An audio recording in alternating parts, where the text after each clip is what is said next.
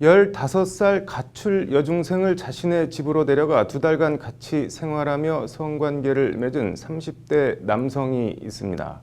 이 남성은 무슨 죄로 어떤 처벌을 받을까요? 판결로 보는 세상입니다. 대전에 사는 34살 A씨라고 하는데 A씨는 지난해 6월 가출해 딱히 지낼 곳이 없었던 15살 B양을 자신의 집에 데려가 약 2달간 함께 지냈다고 합니다. 그리고 그 기간 A씨는 B양과 여러 차례 성관계를 가졌습니다. A씨는 성관계와는 별개로 B양을 주먹과 발로 때려 안면부 타박상 등 상해도 입혔다고 합니다. 결국 이 같은 사실이 수사기관에서 밝혀지며 A씨는 재판에 넘겨졌는데 의제, 강간 등 성범죄가 아닌 실종아동 등의 보호 및 지원에 관한 법률 위반 등 혐의로 기소됐습니다. 형법 제305조는 만 13세 미만 청소년과 성관계를 하면 이유를 불문하고 의제 강간으로 처벌하도록 하고 있지만 B양은 15세인데다 성관계에 강압이 있었다고 보기 어려워 검찰이 고심 끝에 실종아동보호법 위반 혐의를 적용한 것으로 전해졌습니다.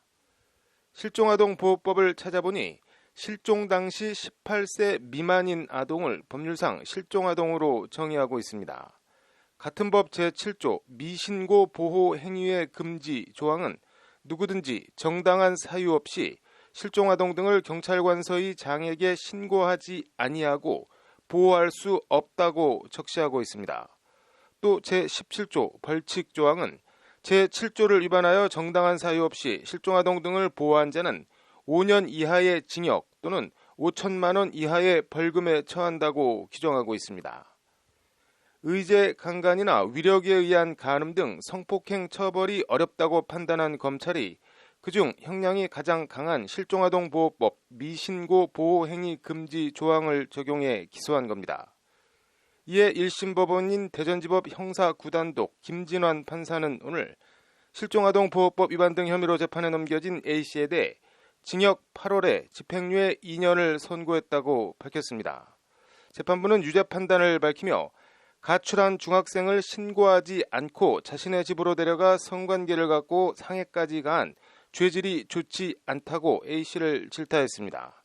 재판부는 다만 신고 의무 위반에 관한 피고인의 위법성 인식이 크지 않았던 점 등을 고려했다고 집행유예 선고 양형 이유를 밝혔습니다.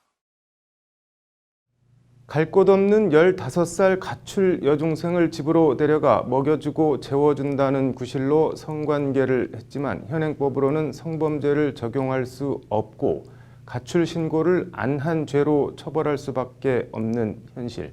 어떻게 생각하십니까? 이런 일이 이번 사건 하나가 아니고 다반사일 것 같은데 뭔가 관련 법조항 마련이 필요하지 않나 싶습니다. 판결로 보는 세상이었습니다.